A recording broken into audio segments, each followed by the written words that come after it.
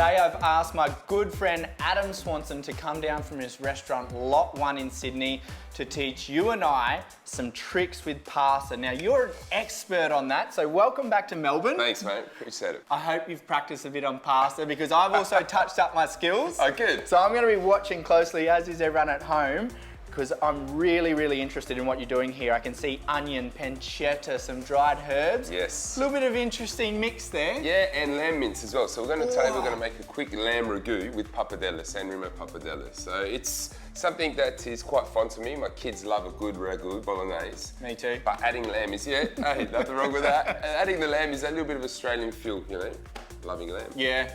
Lamb, you know, it's a great Australian Day theme. Lamb on the barbie, lamb in the pasta. I like that. San Remo pappardelle. So it's something that is quite fun to me. My kids love a good ragu, bolognese. Me too. But adding lamb is, hey, nothing wrong with that. And adding the lamb is a little bit of Australian feel, you know, loving lamb. Yeah. Lamb, you know, it's a great Australian Day theme. Lamb on the barbie, lamb in the pasta. I like that. So, firstly we need to get onto dicing an onion. My job? Your job, all right? I'm used to this. I'm Emma's chopper. I'm an in-house chopper, so... Really? Yeah, absolutely. So tell me about lamb in the pasta. Is that traditional ingredient? Well, lamb actually does exist in Italy. As much as people think yes and no, it doesn't. It does up in the north, okay? So we're talking right up in the mountainside. Well, I was lucky enough to go up there and travel and find out that pappardelle actually means to eat with passion, all right? I know, to eat with passion. So it's a passionate dish. Yeah, they are. They're very passionate about their pappardelle. So, and those big wide ribbons are fantastic for a ragu. It just clings onto it. So lamb is perfect for me. And also my heritage, I guess my wife is Greek. So we eat a lot of lamb at home as well. So it works well. Well, that's a good mix, isn't it? Speaking of your kids coming in, they must have heard your lamb ragu's on. Got a few others there. Grab some olive oil into the pan. So you've travelled extensively, haven't you, Adam, through Italy. What have you noticed that they do with their pastas that sets them apart from you and I cooking at home? To be honest, it's obviously using top quality ingredients, right? And getting fresh ingredients, right? And seasonal is a massive thing, you know. I think using pasta in particular, obviously we're using San Remo pappardelle today, it's what's in season. You know, they cook what's in season. So you've got an amazing market out the door there. We're not buying things because it's in vogue. We're buying what's fresh and grown within those 3-month span. And that's something I was amazed and love with Italian food and in particular pasta. So what season would this pappardelle be? Oh, this would be your winter months. Winter months? Yeah, definitely winter months. And the thing is, they would have also used wild boar sometimes. Ooh. Okay, yeah, so a little bit more gamey and rich taste. Pork and veal is a massive presence in Italy as well. But the lamb for me just does the trick. It works perfect. That looks good, mate. Straight in, thank you. And in with the pancetta as well, same time. I'm really glad that you're using lamb here because at home I make a lamb bolognese and everyone's like, you can't use lamb mince. What are you doing, Lynton? I'm like, this makes the best bolognese you'll ever eat. It does. I agree. And the flavour, and it's quite lean. I mean, not too much fat in it. It's perfect. I get the extra fat one, truth be told. No heart smart mince for Lynton. That's all right.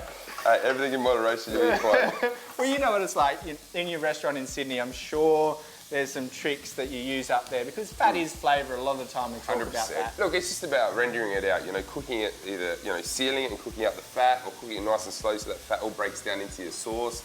Just, you know, those little tips. Balance. Yeah, exactly right. Just chop me up a little bit of basil nice and finely. A little bit of basil? Yep.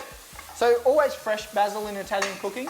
Now, this is something, Normally, I would say my fresh herbs are at the end, but with this ragu that I'm making, I'm adding the fresh basil at the start. I want it to cook all the way through. So by the time our sauce is ready, this basil basically would have dissolved into our sauce and the flavour will be there.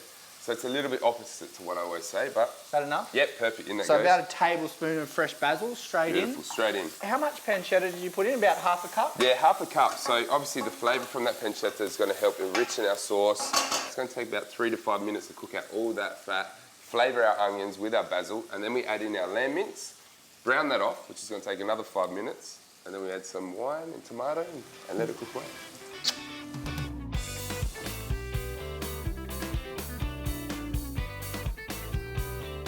All right, Lynton, the pancetta's looking nice and brown, onions are cooked. But we need to get our lamb mince into the pan here. So beautiful. half a kilo? Yeah, half a kilo there. And look at that, that's a good, well, probably 80-20. So when I say 80-20, 80% meat and 20% fat in that mince. So it's nice, very, very nice. Okay, so we just basically want to brown off our mince. Yeah. That's going to take about 3 to 4 minutes. And then we're going to add in, now people would think red wine, I'm adding in white wine. Okay, nice and subtle. I need to reduce that down by half. Reason being, I'm going to cook out all the alcohol. Then I'm going to add in just a pinch of dried chili, some oregano. Yeah. In north of Italy, there is a massive abundance of wild herbs growing on the road, on the side of the road. So I found that adding that little bit of oregano into there just works perfect. That's looking good. I'll grab the white wine. In there goes. I can see you just layering up the flavours here. Yeah. Put it all in. Yep. So we need to allow that to reduce by half, which will take 3 to 4 minutes. Yeah. Add in our tomato. We'll add in a pinch of the chili, oregano. Put the lid on and let that cook about 15, 20 minutes. I can't wait for this.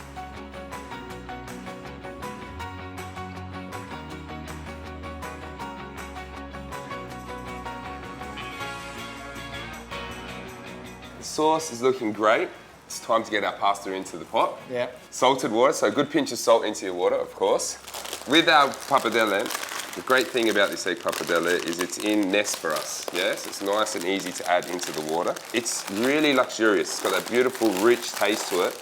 So all you do is take them out of the packet and just drop them nice and softly into the water like so. Look how gorgeous they are. They are, mate. Look at And that. you can really tell the colour. It's a lot deeper. Is that from the egg? Yeah, it's from the egg. So let them cook away. They're going to take about 8 to 10 minutes. Our sauce is looking good. I'll grab 1 lemon and the zest. I'll get you to zest that into there. That's reduced down a lot, hasn't it? I add the lemon, and I guess this is the Greek world, I live in as well. That just gives that refreshing zing. A lot of people think about Italian food as there's a rule, you have to follow it, but you're talking about bringing your Greek influence in, so that's perfectly acceptable. It is, and I think, you know what, we live in Australia, obviously, we are a multicultural country, we bring in all these different flavours. I just say don't overcomplicate it. Less is more. So we've added a few ingredients in there, we've got great pasta, and that's all you need. Well, it goes back to what you said at the start. Great ingredients, perfect dish. Very true. All right, Lynton, our pasta is looking good. Pasta's al dente. It is. Or to the tooth. That's the one. Look at that. That's luscious, if I'm going to put a word to it. That's a very good word for this. Thick ribbons of egg pasta through this lamb ragu. Nice. We'll leave that in there. And then just with your spoon, nice and softly, just coating the pasta with the sauce. All we need is a plate to serve this up on. And pecorino, of course. See? The sheep. The sheep. And so do you put it into the pot or over the top? Nah, over the top. Over the top, okay. And is that a rule of thumb when it comes to seasoning pasta with cheese? For us, we always put it over the top. Some of my friends, they put it in now.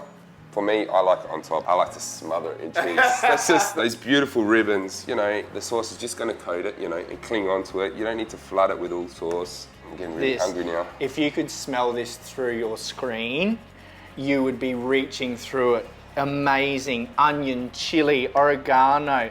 All right. Now, pappardelle, not the neatest pasta to eat, so... No, with passion. You're allowed to get it down the front of your shirt. Hey, look at me. I'm getting the biggest piece I can find there. I tactically wore black today. Oh, you did. You did Amateur well. with the light colour. Oh, all right.